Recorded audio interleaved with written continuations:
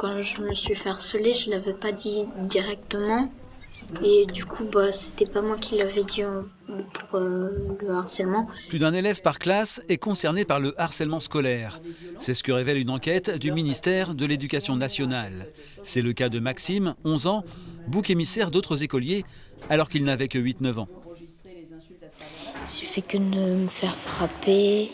Il y a des gens qui se sont moqués de moi, qui m'ont dit des méchancetés. J'en ai pas parlé à mes parents au début, mais j'en ai parlé à personne. Pas facile de libérer la parole, car elle a carrément été victime de harcèlement sexuel par un élève de son école alors qu'elle n'était qu'en CM2. Traumatisant. Ça me revient à l'esprit, ouais, parce que j'arrive pas à m'en débarrasser. J'en ai pas parlé directement à mes parents. C'est mes potes qui sont allés voir les adultes et du coup ils sont allés intervenir mes parents.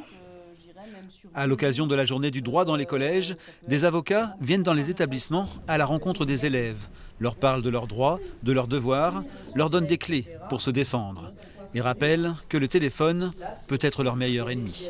Les réseaux sociaux donnent une caisse de résonance extraordinaire à ce type de faits et je dirais où avant le harcèlement s'arrêtait à la porte de l'établissement scolaire, là il continue en permanence.